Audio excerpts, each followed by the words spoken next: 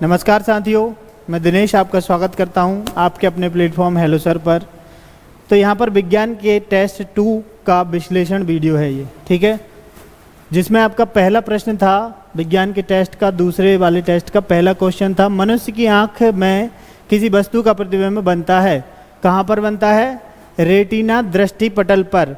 और मनुष्य की आंख के 2 मेन पार्ट होते हैं, एक होता है नेत्र लेंस जहाँ से प्रकाश अंदर जाता है, दूसरा वहाँ जहाँ पर वो प्रकाश पड़ता है और बिंब का प्रतिबिंब बनता है।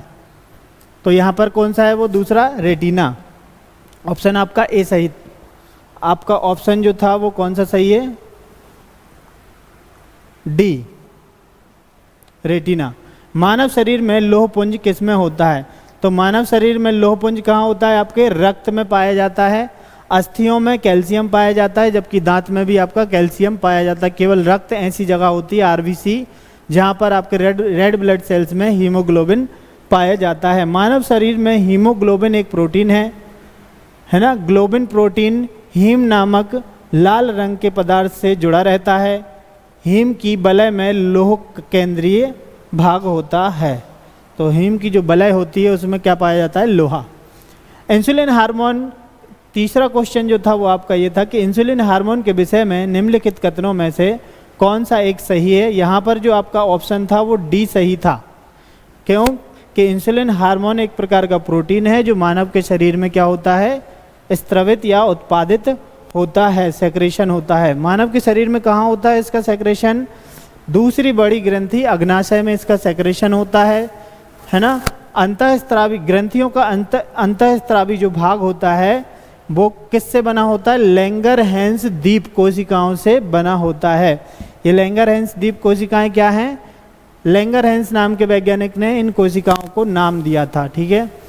बीटा कोशिकाएं जो होती हैं वो इंसुलिन हार्मोन का सेक्रेशन करती हैं, क्योंकि यहाँ पर 2 प्रकार की कोशिकाएं पाई जाती हैं, अल्फा और बीटा, जो कि बीटा क्या होती है? इंसुलिन का सेक्रेशन करती हैं।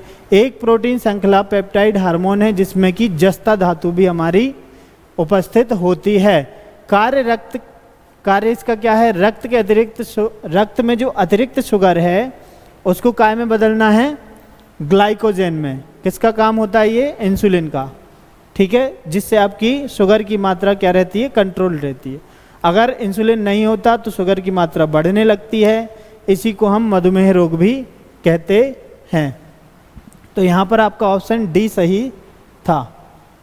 प्रश्न क्रमांक 4 में देखिए, मानव के पाचन तंत्र में पाचन की प्रक्रिया कहाँ से शुरू होती है? जहाँ मैंने पाचन तंत्र बताया था वहाँ पर बताया था कि सबसे पहले जो पाचन की क्रिया होती है वो मुंह से ही स्टार्ट हो जाती है। आप जैसे ही भोजन करते हो, लार में जैसे ही मिक्स होता है भोजन, आपके लार में एंजाइम्स होते हैं, एमाइलेज, उससे आपका क्या होता है? मुख से ही आपका क्या हो जाता है? उसका पाचन प्रारंभ हो जाता है। व्याख्या में अगर देखें तो पाचन तंत्र के 2 मुख्य भाग होते हैं, आहार नाल और सहायक पाचक ग्रंथियां। आहार नाल के भी कुछ मुख्य भागों में उसको बांटा गया है, जिसमें पहला भाग कहाँ आता है? हमारा मुख गुहा, ठीक। तो यहीं से शुरुआत हो जाती है पचने की। ग्रास नली, आमाशय आंतें, जिसमें छोटी आंत और बड़ी आंत भी आती हैं। भोजन में उपस्थित लगभग 30% जो स्टार्च होता है, मतलब स्टार्च जो होता है उसका 30% पाचन कहाँ हो जाता है? मुंह में ही हो जाता है, लार के मिक्स होते ही। प्रश्न क्रमांक 5 था, निम्नलिखित युग्मों पर विचार कीजिए। अबटू ग्रंथि, थायरॉक्सिन हार्मोन, पीयूष ग्रंथि, वृद्धि हार्मोन, अग्नाशय से इंसुलिन निकलता ही है, पीयूष ग्रंथि से कौन सा? वृद्धि हार्मोन बनता ही है, और अबटू ग्रंथि यानी कि यहाँ पर थायराइड को अबटू बोला गया है, ठीक है, अबटू भी बोलते हैं। तो तीनों ही आपके ऑप्शन सही सुमेलित हैं, इसलिए आपका ऑप्शन कौन सा होगा? डी सही होगा। थायरॉक्सिन हार्मोन संश्लेषण कहाँ होता है? आपका अबटू ग्रंथि में होता है, जिसमें आयोडीन की हमें ज़रूरत पड़ती है। आयोडीन की कमी से एक और रोग हो जाता है, इसको बोलते हैं गलगंड या फिर थायराइड, है ना, गला फूलकर बड़ा हो जाता है, वो एक्चुअली में आपकी थायराइड ग्रंथि बड़ी हो जाती है, ठीक है। थायरॉक्सिन कार्बोहाइड्रेट, प्रोटीन और वसा का उपापचय का नियंत्रण कौन करता है? आपका थायरॉक्सिन हार्मोन, आयोडीन की कमी भी हो जाती है जिसकी वजह से एक रोग होता है, इसको हम गाइटर या गलगंड भी कहते हैं। प्रश्न क्रमांक 6 था आपका, उसमें लिखा था पाचन तंत्र के संदर्भ में निम्नलिखित युग्मों पर विचार कीजिए, जिसमें एक कॉलम में आपको एंजाइम दिए हैं और उसके पोषक तत्व दिए हैं। कौन सा एंजाइम कौन से पोषक तत्व को विघटित करता है? तो आपका जो लाइपेज है पहला, वो करता है स्टार्च को, है ना, सॉरी एमाइलेज किसको करता है? स्टार्च को। मुंह के अंदर जो लार में होता है एमाइलेज, वो किसका पाचन करता है? स्टार्च का। जबकि लाइपेज काय का करता है? आपका वसा का। तो ये दोनों तो सुमेलित बचे नहीं। ट्रिप्सिन और देख लो, ट्रिप्सिन क्या करता है? प्रोटीन। बिल्कुल, ट्रिप्सिन जो है प्रोटीन का संश्लेषण में उपयोग होता है, इसलिए यहाँ पर आपका ऑप्शन कौन सा सही होगा? केवल डी ऑप्शन यहाँ पर आपका सही है। विभिन्न एंजाइम भोजन को, एंजाइम्स का काम ही क्या होता है? भोजन को, है ना, टूटने योग्य छोटे छोटे या उसके अवशोषण योग्य बनाने के लिए, सरल अणुओं में तोड़ने के लिए वह क्या करता है? उसको कुछ उपयोग में आता है एंजाइम, है ना।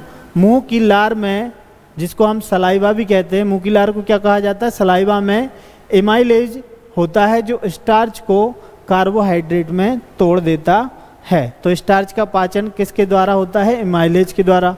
छोटी आंत में क्या मिलता है? आपका लाइपेज। छोटी आंत में, है ना, जो कि अग्नाशय द्वारा उत्पादित किया जाता है। वसा को वसा युक्त अम्ल और ग्लिसरॉल में तोड़ता है। कौन तोड़ता है? ये आपका लाइपेज। और ट्रिप्सिन जो है एमिनो एसिड में तोड़ देता है। ठीक। प्रोटीन संश्लेषण, 7वां क्वेश्चन था आपका, प्रोटीन संश्लेषण में निम्नलिखित में से किसकी भूमिका होती है? प्रोटीन संश्लेषण में डीएनए, आरएनए और राइबोसोम, इन तीनों की ही आवश्यकता होती है, इसलिए यहाँ पर आपका ऑप्शन कौन सा सही है? बी वाला ऑप्शन सही है। प्रोटीन जो है अमीनो अम्लों की एक लंबी श्रृंखला होती है।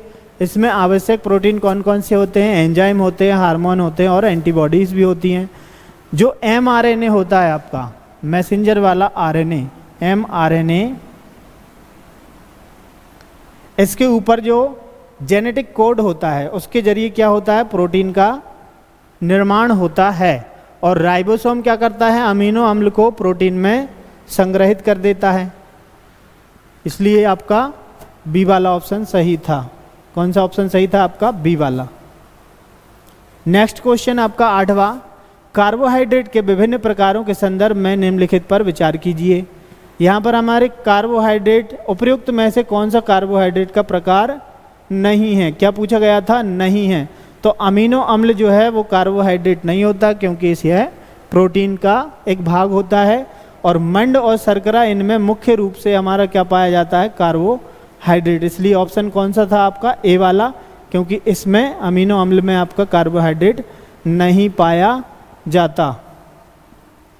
नेक्स्ट क्वेश्चन आपका नंबर 9, सूची 1 और सूची 2 को सम्मिलित कीजिए और सूचियों के नीचे दिए गए कूटों के सही क्रम में व्यवस्था के अनुसार आपका ऑप्शन को चुनना था। ठीक है, तो सूची 1 में दिया है vitamin A, vitamin B1, vitamin C और विटामिन डी। ठीक है, और दूसरे में अभावजन्य रोग, यानी कि इनकी कमी से होने वाले रोग कौन कौन से हैं? पहला दिया है बेरी रोग, जो कि आपके विटामिन बी से होता है ना। और दूसरा दिया है रिकेट्स रोग विटामिन डी की कमी से होता है। और सी दिया स्कर्वी रोग आपका काय से होता है? विटामिन सी की कमी से। विटामिन ए की कमी से होने वाला कौन सा है? दृष्टिहीनता। इसमें आप अगर देखें तो क्या क्या बन रहा है? 3, 1, 4 और 2, 3, 1, 4, 2, यानी आपका ऑप्शन ए सही होने वाला है। प्रश्न क्रमांक 10, निम्नलिखित कथनों पर विचार कीजिए। कार्बोहाइड्रेट की तुलना में वसा की समान मात्रा कम ऊर्जा प्रदान करती है। ऐसा नहीं है। कार्बोहाइड्रेट और वसा की अगर हम समान मात्रा लें तो वसा के पाचन में सबसे ज़्यादा ऊर्जा हमें मिलती है कार्बोहाइड्रेट से भी ज़्यादा। तो पहला ही ऑप्शन आपका क्या है? गलत है। यहाँ पर उपयुक्त कथनों में से कौन सा सही है ये चयन करना था। तो पहला वाला तो है ही नहीं है। दूसरा, प्रोटीन शरीर की वृद्धि के लिए आवश्यकता होता है, बिल्कुल सही है। विटामिन शरीर की रोगों से रक्षा करता है, ये भी सही है। यानी कि सी आपका क्या होने वाला है, सही ऑप्शन होने वाला है सी। नेक्स्ट क्वेश्चन आपका था निम्नलिखित में से कौन सा युग्म सुमेलित है, हमें चेक करना था। Vitamin B12, vitamin C, vitamin D और विटामिन के सामने यहाँ पर कार्य लिखे हुए हैं। जैसे विटामिन B12 क्या कार्य करता है, प्रति आरक्तता का कारक है क्या, ठीक है, सुमेलित नहीं वाला चेक करना है, ठीक, तो ये होता है केवल सी ऐसा ऑप्शन है, बांध्यता रोधी कारक विटामिन डी नहीं होता, ठीक है। तो यहाँ पर आपका 12 जो क्वेश्चन था उसमें लिखा है निम्न में से किसका निर्माण हमारे शरीर में नहीं होता। तो यहाँ पर विटामिन ए का निर्माण आपके शरीर में नहीं होता, प्रोटीन का भी निर्माण होता है, एंजाइम का भी होता है और हार्मोन का निर्माण भी आपके शरीर के अंदर होता है। इसके अलावा अगर हम विटामिन की बात करें तो के का और विटामिन डी का केवल संश्लेषण कहाँ होता है, हमारे शरीर के अंदर। विटामिन बी, जो बी और विटामिन सी जो हैं जल में घुलनशील हैं, जबकि ए, डी, ई और के जो विटामिन है वह बसा में घुलनशील होते हैं ना, के, ई, डी, ए, कीड़ा, कीड़ा क्या होता है, बसा में घुलनशील होता है।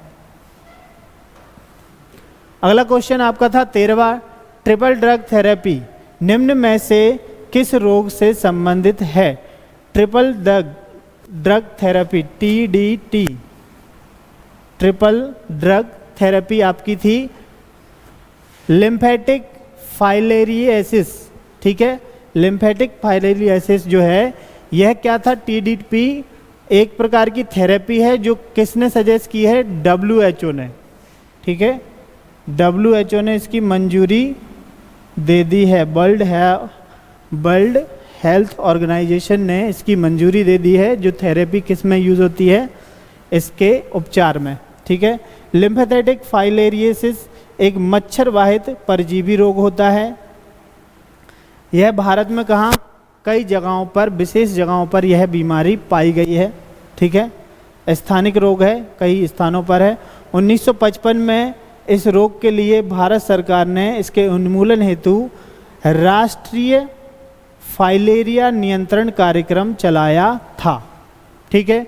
इसलिए ये क्वेश्चन में आपका जो आंसर होगा वो कौन सा होगा, बी वाला सही होगा।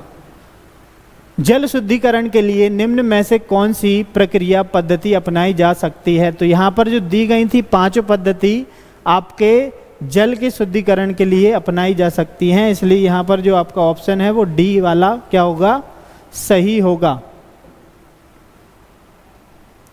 नेक्स्ट क्वेश्चन आपका 15वां, सूची 1 और सूची 2 को सुमेलित कीजिए और सूचियों में दिए गए कूट का उपयोग करके सही उत्तर का चयन कीजिए। सूची 1 में कुछ आपके तत्व लिखे हुए हैं, जैसे कि क्यूरोसिटी रोवर, मतलब यहाँ पर आपके कुछ उपग्रहों के नाम लिखे हैं और यहाँ पर उनका क्या दिया गया है, विवरण दिया गया है। तो क्यूरोसिटी रोवर, मैसेंजर, रुस्तम 1 और आकाश 2, ठीक है। इनका आंसर आपका जो था ए वाला सही था, जिनमें 3, 4, 2, 1, 3, 4, 2 और 1 ऑप्शन आपके यहाँ पर सही होने वाले हैं। यानी क्यूरियोसिटी रोवर जो था USA का एक मंगलयान, मंगल के ऊपर अन्वेषण करने वाला उपग्रह था, अंतरिक्ष अन्वेषण यान था, ठीक है। और जो आपका मैसेंजर है वो नासा द्वारा बुध के अन्वेषण, बुध जो ग्रह है उसके अन्वेषण हेतु ये इसको अंतरिक्ष यान के रूप में वहाँ पर भेजा गया था। रुस्तम एक जो है DRDO द्वारा मानव रहित वायुयान बनाया गया था, ठीक। और आकाश 2 क्या है, एक टैबलेट का नाम है। तो यहाँ पर जो आपका ऑप्शन था वो ए वाला सही था। 16वें नंबर का क्वेश्चन है, जीवाणु भोजी यानी कि बैक्टीरियोफेज एक प्रकार का है। बैक्टीरियोफेज क्या है, बैक्टीरिया यानी कि विषाणु जो होते हैं जीवाणुओं को खत्म करने का। तो यहाँ पर ये है ऑप्शन आपका डी, यानी कि जीवाणु को संक्रमित करके विषाणु क्या करते हैं, उनको खत्म करते हैं। इसी को हम क्या कहते हैं, बैक्टीरियोफेज, ठीक है। यह विषाणु वह विषाणु जो जीवाणु कोशिकाओं को संक्रमित कर देते हैं और उन्हें नष्ट करने का काम या नष्ट करने का काम करते हैं, उसको खा जाते हैं, जिसको हम क्या कहते हैं, जीवाणु भोजी कहा जाता है। इसी को इंग्लिश में बैक्टीरिया फेज कहते हैं। सर्वप्रथम इसकी खोज जो की थी, किसने की थी? कपोज ट्वर्ट ने 1915 में एवं डी हेरेल ने 1917 में इसकी खोज की थी। गंगा नदी का जो पानी है वो स्वच्छ रहने का कारण यही है कि वहाँ पर बैक्टीरिया फेज पाया जाता है, डी बैक्टीरिया फेज वहाँ पर पाया जाता है ड्यूटेरियम के कारण, है ना। मानवों में निम्न में से कौन सा एक रोग वायु द्वारा फैल सकता है? तो डेंगू मच्छर द्वारा ही फैलता है, मादा मच्छर होती है, ठीक है। और ट्यूबरकुलोसिस जो है टीबी रोग है आपका, है ना, टीबी जो कि लंग्स में होता है। तो यही वो रोग है जो आपका वायु द्वारा फैल सकता है। घेंगा गोइटर, ये तो आयोडीन की कमी से होने वाला है। HIV एड्स, ये यौन संक्रमण या फिर ब्लड में आपके संक्रमित हो जाने पर ये रोग होता है। इसमें आपका ब्लड जो है WBC को इफेक्ट करता है, यानी कि आपकी रोग प्रतिरोधक क्षमता जो है इसके अंदर कम हो जाती है ना। घेंगा में आपका गला फूलकर बड़ा हो जाता है क्योंकि इसमें आयोडीन की कमी के कारण होता है ना। तो यहाँ पर जो आपका सही ऑप्शन है वो कौन सा है? सही ऑप्शन है बी वाला, क्योंकि वायु जनित रोग यहाँ पर पूछा गया था।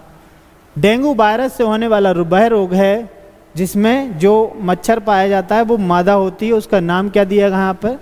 एडीज। एडीज जो मच्छर होता है या मादा मच्छर होती है, उसके काटने से क्या हो जाता है? डेंगू।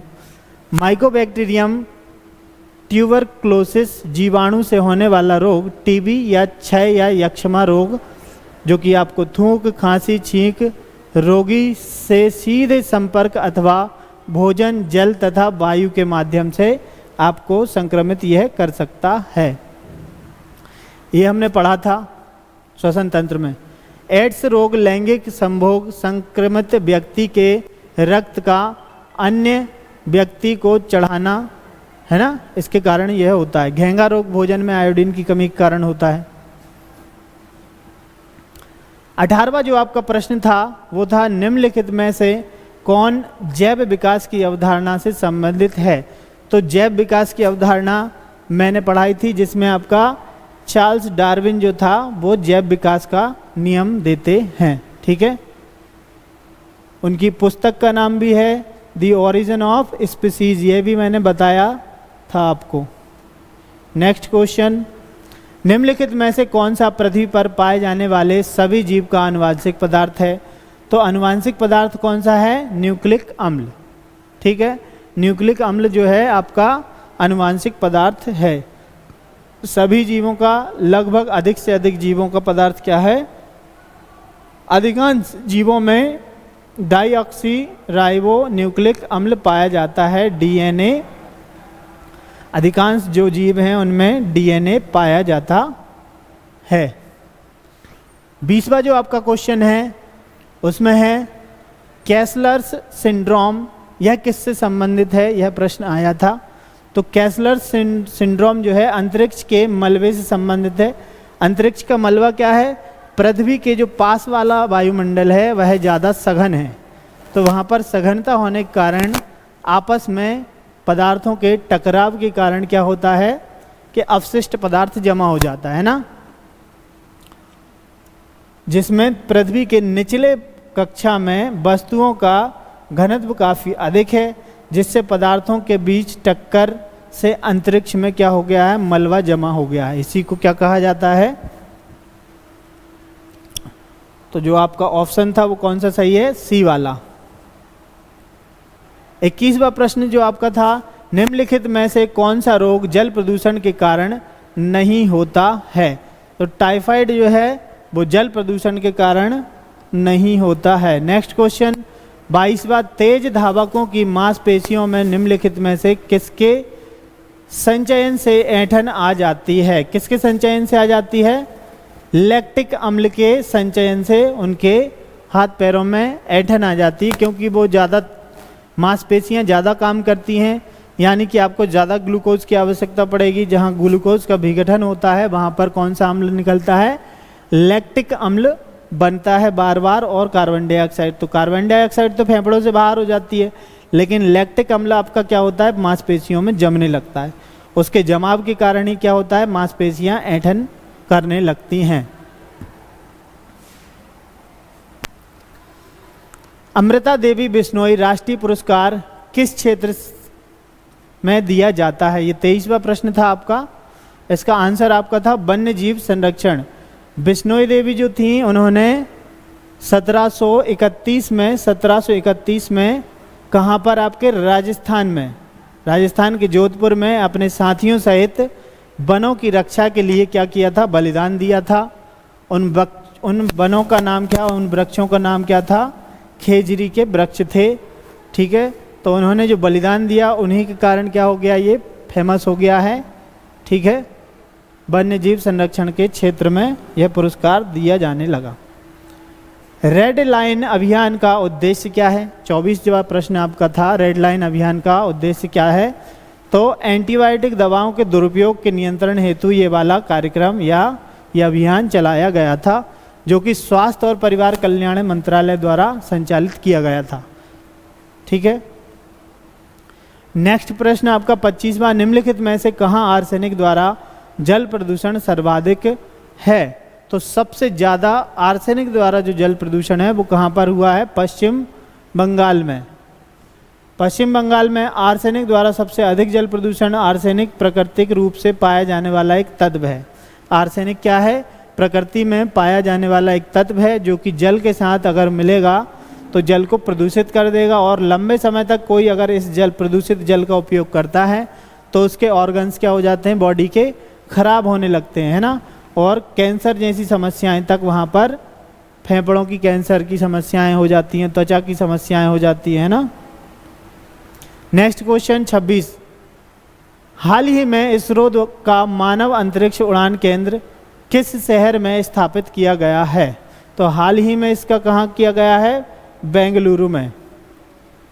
बेंगलुरु स्थित इसरो का मुख्यालय परिसर में मानव अंतरिक्ष उड़ान केंद्र गगनयान परियोजना के कार्यान्वयन के लिए जिम्मेदार होगा। ठीक है, इसका सही आंसर क्या था आपका, बेंगलुरु। नेक्स्ट प्रश्न आपका जो है 27वां, निम्नलिखित में से कौन से उपग्रह इसरो के भू अवलोकन उपग्रह हैं? तो यहाँ पर आपके ऑप्शन 3 और 4 सही हैं। रिसोर्स सेट और कार्टोसेट, ये दोनों ही आपके कैसे हैं, भू अवलोकन उपग्रह हैं। ठीक है, और भी यहाँ पर कुछ उपग्रहों की, रिमोट सेंसिंग उपग्रह और दूर संवेदी उपग्रहों की यहाँ पर सूची दी है। आप इसका स्क्रीनशॉट लेकर इसको सेव रख सकते हैं, बहुत ही महत्वपूर्ण डाटा है ये। 28वां जो आपका प्रश्न था, निम्न में से किन गतिविधियों में भारतीय दूर संवेदी यानी कि IRS उपग्रहों का उपयोग किया जाता है?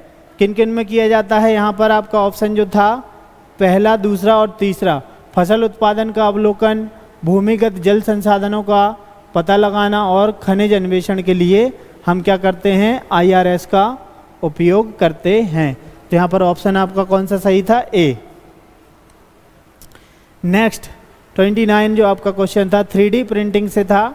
3D प्रिंटिंग प्रायः सुर्खियों में रहती है, निम्नलिखित में से उनका कौन सा 3D प्रिंटिंग से संभावित उपयोग हो सकता है? यहाँ पर आपको उपयोग दिए हैं, मुद्रा, अंग मुद्रण, अंग मुद्रण मतलब शरीर के अंगों का निर्माण, एरोस्पेस प्रौद्योगिकी और प्रोटोटाइपिंग। इनमें से जो आपके तीनों ही ऑप्शन क्या हैं, सही हैं। इन तीनों में ही क्या किया जाता है, 3D प्रिंटिंग का उपयोग किया जाता है। 3D प्रिंटिंग जैसे योगात्मक विनिर्माण के रूप में भी जाना जाता है। योगात्मक मतलब कण से कण वहाँ पर जोड़े जाते हैं, लेयर बाय लेयर क्या किया जाता है, इसका फॉर्मेशन किया जाता है।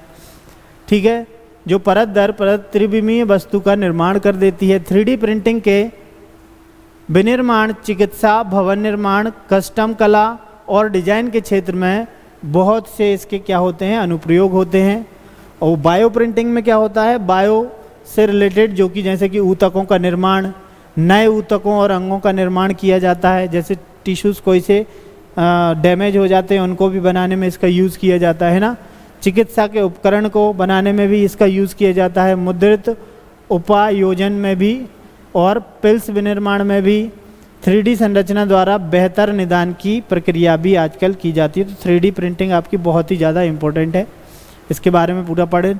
30 क्वेश्चन, भारत का पहला निजी मिसाइल उत्पादन केंद्र किस राज्य में स्थापित किया गया है? ये कहीं किया गया है तेलंगाना में, ठीक है।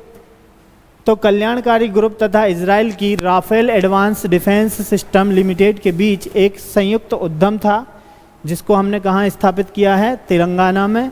कल्याणी राफेल एडवांस सिस्टम द्वारा टैंक रोधी निर्देश मिसाइल स्पाइक का निर्माण किया जाएगा। कौन सी मिसाइल? स्पाइक का निर्माण इसके द्वारा किया जाएगा। तो दोस्तों पिछले वाले जो टेस्ट था आपका एक, उसके एक्सप्लेनेशन में 2 आंसर्स में थोड़ी सी मिस्टेक थी, उनको यहाँ पर आप सुधार कर लीजिए। जैसे 25वां क्वेश्चन था, उसका राइट आंसर कौन सा है आपका? बी वाला, ठीक है, 4 2 3 1।